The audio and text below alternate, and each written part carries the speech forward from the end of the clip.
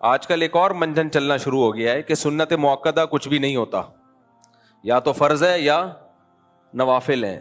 فرض پڑھنا ضروری ہے، باقی سب فمن تطوع خیرا فہو خیر لہ. قرآن کی آیت پڑھی جاتی ہے کہ جو اضافی جو بھی کچھ کرے گا وہ اس کے لیے بہتر ہے، یعنی نہ کرے تو ٹھیک ہے، کر لے تو اچھی بات ہے. تو اس کی بنیاد بنا کے کتنے لوگوں نے فجر کی سنتیں بھی چھوڑ دیں، ظہر کی سنتیں بھی چھوڑ دیں، مغرب عشاء کی سنتیں بھی چھوڑ دیں. تو یہ نام نہاد جو محققین آج کل آئے ہوئے ہیں نا، ان کی باتوں میں مت آیا کرو. ایک دو حدیثیں پڑھ لیتے ہیں اور ان کو کبھی بھی جواب دلائل سے مت دیا کرو، ان کو ہمیشہ جواب دیا کرو الزامی. الزامی جواب کا مطلب یہ ہوتا ہے، یہ اصول ہمیشہ کے لیے پلے باندھ لو. باطل کے پاس اتنی طاقت نہیں ہوتی کہ وہ دلیل سے بات کرے. وہ دلیل آپ کو دلیل اس لیے لگ رہی ہوتی ہے کہ آپ کا علم بہت کم ہوتا ہے، تو آپ اس کو دلیل دو گے، وہ پھر دلیل کا جواب دے گا، الجھا دے گا آپ کو. اب عالم کو تو پتہ چل جائے گا یہاں گڑبڑ کر رہا ہے، یہ عامی آدمی کے لیے مشکل ہوتی ہے. تو ہمیشہ جب بھی کسی اہل باطل سے آپ کا مقابلہ ہونا، الزامی جواب دیا کرو. الزامی کا مطلب کیا ہوتا ہے؟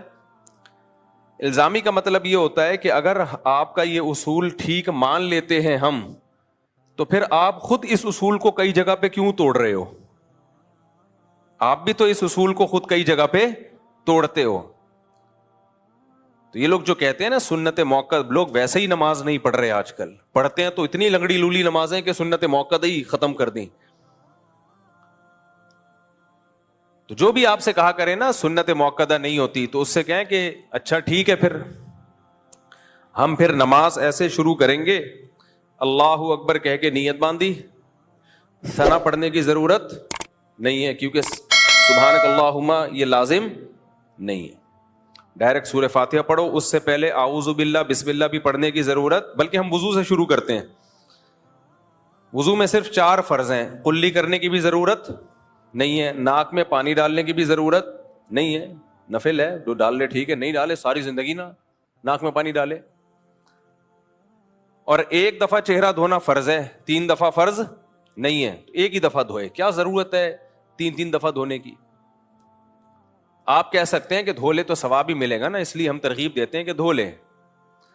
بھائی آپ وہاں یہ بھی تو کہو نا کہ ایک چیز فرض نہیں ہے تو لوگ اس کو لازم کیوں سمجھ رہے ہیں؟ کوئی دھوئے، کچھ لوگ ایسے بھی ہوں جو نہ دھوئیں، کچھ لوگ ایسے ہوں جو سنت موقدہ کے ساتھ نماز پڑھیں، کچھ ایسے ہوں جو بغیر سنت موقدہ کے ساری زندگی پڑھتے رہیں.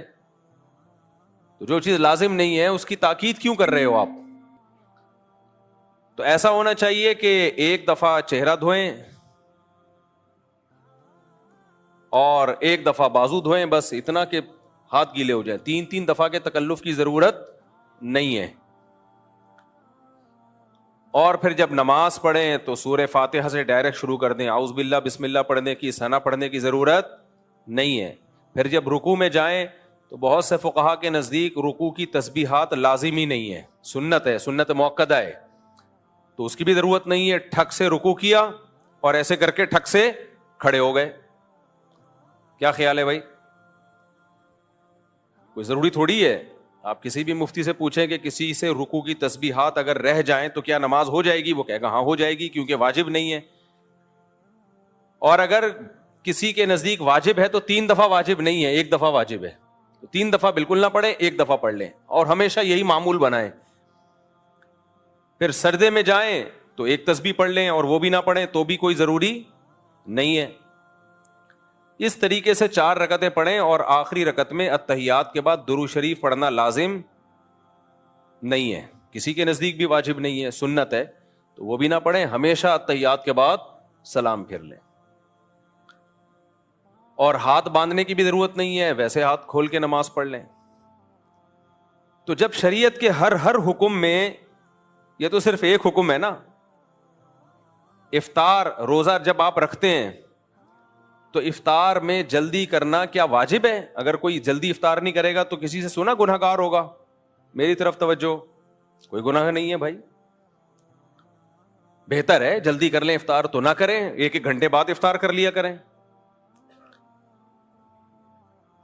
تو یہ پورا دین جو ہے نا ہمارا، یہ ڈھانچہ رہ جائے گا, کھوکھلا ہو جائے گا بالکل. فقہائے کرام نے دین کو بہت اچھی طرح سمجھا ہے, بہت ڈیپ میں گئے ہیں. انہوں نے کہا کہ بھائی دیر آر 2 types آف سنت. سنت کی کتنی قسمیں ہیں؟ 2. ہم نے جب نبی کی سیرت میں غور کیا تو پتہ چلا کہ کچھ سنتیں ایسی ہوتی ہیں جن کی تاکید نہیں ہے, وہ چھوڑ دیں ساری زندگی, کوئی مسئلہ نہیں ہے. لیکن کچھ سنتیں ایسی ہیں جن کی تاکید ہے, اور تاکید کی وجہ سے ان کو کیا کہا گیا؟ سنت مؤکدہ. وہ کبھی کبھار چھوٹ جائیں تو ٹھیک ہے, بلا وجہ چھوڑنا وہ ٹھیک نہیں ہے. جو چھوڑنے کا معمول بنا لے گا تو غالب گمانے کے وہ گنہگار ہوگا, اور اس کو یہ کام کرنے نہیں دیا جائے گا, قابل ملامت ہوگا, برا بلا کہا جائے گا اس کو. لہذا اگر کوئی نماز شروع کرتا ہے, نہ سبحانک اللہم پڑھتا ہے, نہ اعوذ باللہ بسم اللہ پڑھتا ہے, نہ رکوع کی تسبیحات پڑھتا ہے, نماز تو ہو گئی بھائی, فرض ہے, اللہ نے فرض کی, جو فرائض تھے وہ پورے کر لیے.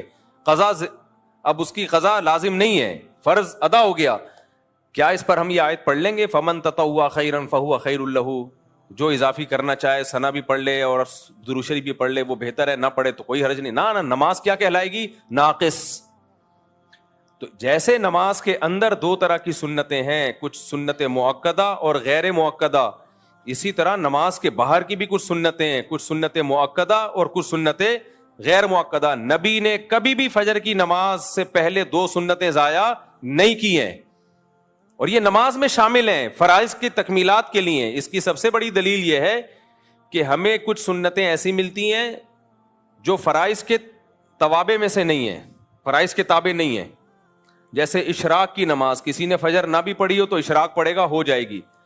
عشاء نہ بھی پڑھی ہو تہجد پڑھے گا, تہجد کہلائے گی وہ. لیکن فجر کی 2 سنتیں جب ہی سنت کہلائیں گی جب 2 فرض بھی ہو اس کے ساتھ, کیونکہ وہ ہیں ہی فرض کی وجہ سے ہیں. وہ فرض نہ ہوتی تو وہ بھی نہ ہوتی. ظہر کی سے پہلے کی 4 سنتیں ان کی انڈیویجولی کوئی حیثیت نہیں ہے, وہ جب ہی ہیں جب ظہر کے 4 فرض آپ نے پڑھنے ہیں. اسی طرح ظہر کے بعد کی 2 سنتیں جب ہی ہیں جب ظہر کے 4 فرض پڑھنے ہیں. کوئی اکیلی 2 سنتیں پڑھ کے چلا جائے تو اس کی کوئی حیثیت, وہ عام نوافل ہوں گے وہ. تو یہ جو سنتیں ہیں جن کی نبی صلی اللہ علیہ وسلم نے ہمیشگی کی ہے, جب بھی فجر پڑھی آپ نے فجر کے ساتھ پہلے 2 سنتیں پڑھی ہیں. اس میں جب بھی آپ نے ظہر پڑھی اس سے پہلے آپ نے 4 پڑھی ہیں, اور اس کے بعد بھی آپ نے 2 پڑھی ہیں. اس پہ صحیح حدیث موجود ہیں. تو اس لیے فقہائے کرام نے ان میں بھی تفریق کی ہے, ایک سنت مؤکدہ اور ایک سنت غیر مؤکدہ.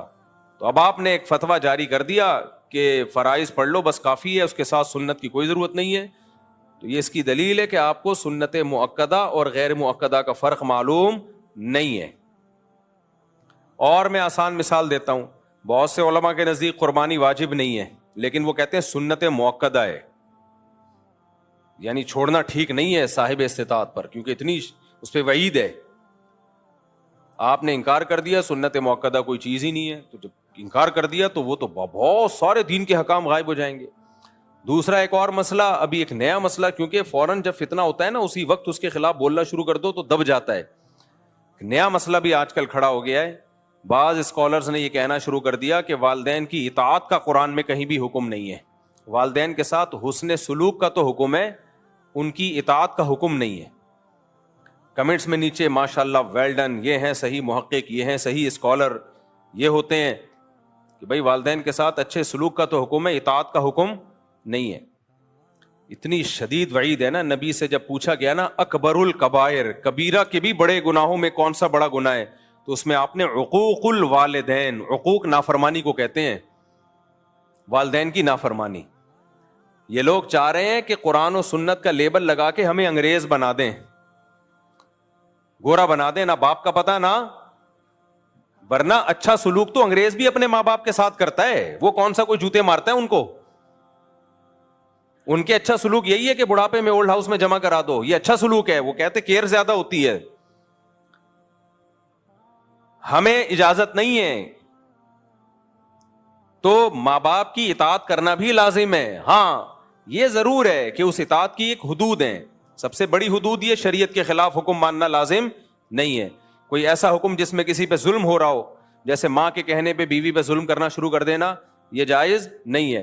اسی طرح شریعت نے کچھ بنیادی رائٹس ہر شخص کو دیے ہیں, کچھ بنیادی حقوق دیے ہیں, جس کو آپ اسلام کی زبان میں ہیومن رائٹس کہہ سکتے ہیں, اس میں ماں باپ کی اطاعت لازم نہیں ہے. ہر انسان کی ایک انڈیویجول لائف بھی ہوتی ہے.